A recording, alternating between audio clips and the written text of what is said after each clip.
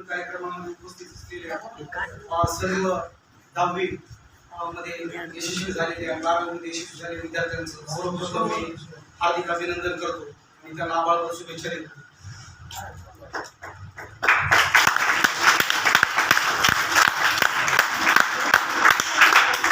है अंधेरा फिर भी तू रोशनी की बात कर, लावण्या तू दीप इथे काळजाची बात कर. है अंधेरा फिर भी तू रोशनी की बात कर, लावण्या तू दीप इथे काळजाची बात कर. रास्ते में लोग काटे घर बिछाते हैं यहाँ, फुल ही उधळेल कोणी, चालण्या तू सुरुवात कर, चालण्या तू सुरुवात कर. अशा पद्धतीने या क्लासेसची चालण्याची सुरुवात झालेली आहे आणि तुमच्या सर्व यशस्वी विद्यार्थ्यांची सुद्धा चालण्याची सुरुवात झालेली आहे. आणि हा जो अज्ञानाचा अंधार आहे आणि अपयशाचा जो अंधार आहे तुम्ही तो चिरत यशाला आपलेसं केलेला आहे. पण हा यश मिळवत असताना आपण बघतो की आपल्याला जर यश मिळवायचं असेल तर यश मिळणं हे आपलं स्वप्न असतं, परंतु वास्तव काहीतरी वेगळं असतं आणि स्वप्न काहीतरी वेगळं असतं. वास्तव हे अभ्यासाशी निगडीत असतं आणि स्वप्न हे यशाशी निगडीत असतं किंवा यश हे स्वप्नाशी निगडीत असतं. एकदा अभ्यासाचं आणि यशाचं कडाक्याचं भांडण झालं. तुम्हाला काय वाटतं, यश मोठा आहे की अभ्यास मोठा आहे? मग असंच यशाला म्हणायचं होतं की मी मोठा आहे आणि अभ्यासाला म्हणायचं होतं की मी मोठा आहे. दोघांचं सुद्धा कडाक्याचं भांडण झालं. त्यांच्यामध्ये असं होतं की कोण श्रेष्ठ आहे. आणि मग दोघेही मिळून त्यांच्या गुरुकडे गेले. गुरुला हा प्रश्न सोडवता नाही आला. शेवटी कंटाळून दोघ जण देवाकडे गेले. मग देवाने त्यांना सांगितलं की ज्याचे पाय जमिनीवरती राहतात आणि ज्याचे हात आकाशाला भिडतात तो सर्वश्रेष्ठ असतो. म्हणजे जो आकाशाला गवसणी घालू शकतो परंतु गवसणी घालत त्याला त्याच्यामध्ये घालण्याची क्षमता असताना देखील तो आपले पाय जमिनीवर ठेवतो तो श्रेष्ठ असतो. आणि मग हे ऐकता क्षणी अभ्यासाला असं वाटलं की अभ्यास झटदिशी जमिनीवर जाऊन थांबलं. त्याचे पाय जमिनीवर होते पण दुर्दैवाने त्याचे हात मात्र आकाशाला भिडत नव्हते. याच्या उलट यशाचं होतं. यश झटदिशी वरती गेलं, आकाशाला गवसणी घालू लागलं पण त्याचे पाय मात्र काही केल्या जमिनीवर राहिला. दोघेही प्रयत्न करू लागले. अभ्यास आकाशाला गवसणी घालण्याचा प्रयत्न करू लागलं आणि यश जमिनीवर पाय ठेवायचा प्रयत्न करू लागलं पण दुर्दैवानं हे शक्य होत नव्हतं. शेवटी कंटाळले दोघ जण, वैतागले दोघ जण आणि दोघांनी मिळून एक युक्ती ठरवली की अभ्यासाच्या खांद्यावरती यश उभं राहिलं, अभ्यासानं जमिनीवरती पाय रोवले आणि यशानं आकाशाला गवसणी घातली.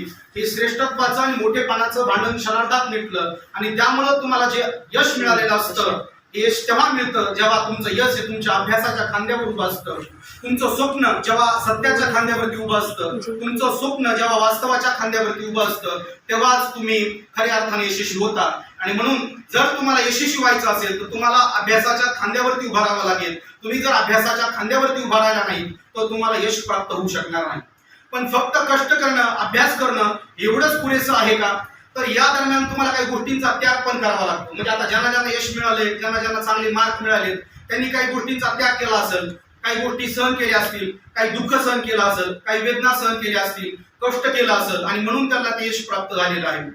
बहिणाबाई या संदर्भाने असं म्हणतात की ज्यावेळेस एखादा माणूस कष्ट करतो, ज्यावेळेस तो मेहनत करतो त्यावेळेस त्याला कधी त्याच्या आयुष्यामध्ये रडण्याचे प्रसंग येतात, दुःखाचे प्रश्न येतात, वेदनेचे प्रश्न येतात. परंतु असं करून सुद्धा तो रडतो, हुंदके देतो, परंतु देखील तो या आयुष्यामध्ये यशस्वी होण्याचा प्रयत्न करत असतो. आणि म्हणून बहिणाबाई म्हणतात की अरे रडता रडता डोळे भरले आसू सरले.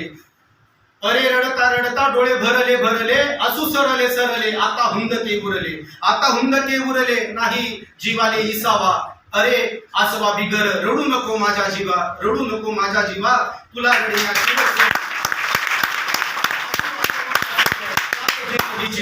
त्यात ज्या पद्धतीनं दुःखाची आणि वेदनेची चव आपल्या आयुष्यामध्ये आहे अगदी तशाच पद्धतीने एखाद्या विद्यार्थ्याच्या आयुष्यामध्ये देखील त्याच्या कष्टाची, त्याच्या वेदनेची, त्याच्या दुःखाची देखील चव आहे आणि त्या गोष्टीच आपल्याला आत्मसात कराव्या लागतील.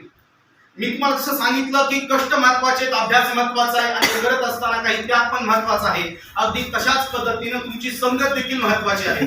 कारण संगत जर चांगली असेल तरच आयुष्याला रंगत येते, नाहीतर मग आयुष्यामध्ये रंग उडून जाऊन आपलं आयुष्य बेरंग होण्याची शक्यता असते. आणि म्हणून आयुष्यामध्ये संगत चांगली असणं गरजेचं आहे. याचं छोटंसं उदाहरण द्यायचं म्हटलं, आता पावसाळ्याचे दिवस आहेत, पावसाळ्याच्या दिवसामध्ये पाऊस पडतो. आपण जर पावसाचा पाण्याचा थेंब हातावरती घेतला तर तो पिण्याच्या लायकीचा असतो, पिण्यायोग्य असतो. पण तोच पाण्याचा थेंब जर गटारात जाऊन पडला तर पाय धुण्याच्या लायकीचा सुद्धा राहत नाही.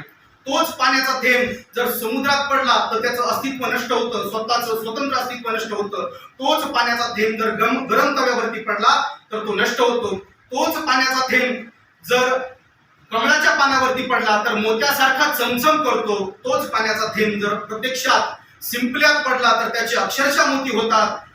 थेंब तोच असतो, परंतु त्याचं अस्तित्व, त्याचं भवितव्य, त्याचं भविष्य एका घटकावरती घडतं आणि ते म्हणजे त्याची संगत. तो ज्या संगतीमध्ये येतो त्यानुसार त्याचं मूल्य ठरतं. तो ज्या संगतीमध्ये येतो त्यानुसार त्याचं भवितव्य ठरतं. थेंब तोच असतो, परंतु त्याचं भवितव्य, त्याचं भविष्य हे त्याच्या संगतीवरती ज्या पद्धतीने अवलंबून असतं, अगदी त्याच पद्धतीने एखाद्या विद्यार्थ्याचं किंवा माणसाचं भविष्य हे सुद्धा संगतीवरती अवलंबून असतं. जर चांगली संगत मिळाली तरच आयुष्यामध्ये संगत येते, ही गोष्ट आपल्याला विसरता कामा नये. आणि म्हणून मला असं म्हणायचं आहे की या दरम्यान म्हणजे आपल्या आयुष्यामध्ये जसं दुःख, त्रास, कष्ट आपल्याला करावे लागतात, तशाच पद्धतीने आपण जर बघितलं तर एखादी उंच अशी मिनार असते. तुम्हाला माहित असेल कुतुब मिनार एक उंच अशा प्रकारचं ठिकाण आहे. मिनार, ते मिनार कशाने बनलेली आहे,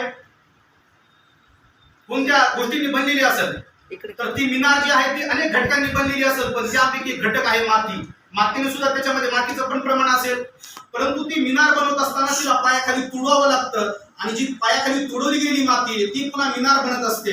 आणि म्हणून एक कवी असं म्हणतो की हर टहनी एक दिन पतवार बन सकती है, हर टहनी एक दिन पतवार बन सकती है, हर चिंगारी एक दिन दहक कर अंगार बन सकती है, जो रोंदी गई कभी बेबस समझकर वही मिट्टी एक दिन मीनार बनती है, वही मिट्टी एक दिन मीनार बनती है. याच अनुषंगाने मला तुम्हाला सांगायचंय की तुमचं कष्ट, तुमचं अभ्यास, तुमची संगत आणि तुमचे जे काही तुम्हाला त्रास सहन करावा लागलेला आहे त्याचं निश्चितपणे तुम्हाला फळ मिळणार आहे. आणि आपल्या कर्माची फळं आपल्याला मिळतात आणि तशाच पद्धतीनं तुमच्या अभ्यासाचं फळ तुम्हाला मिळणार आहे. फक्त प्रामाणिक प्रयत्न करणं तुमच्या हातात आहे. बाकी काय होईल काय नाही होईल याच्याबद्दल कोणीही काही शक्यता वर्तवू शकत नाही. परंतु अभ्यास जर तुम्ही केला तर निश्चितपणे त्याचं फळ तुम्हाला मिळेल आणि मिळणारच आहे.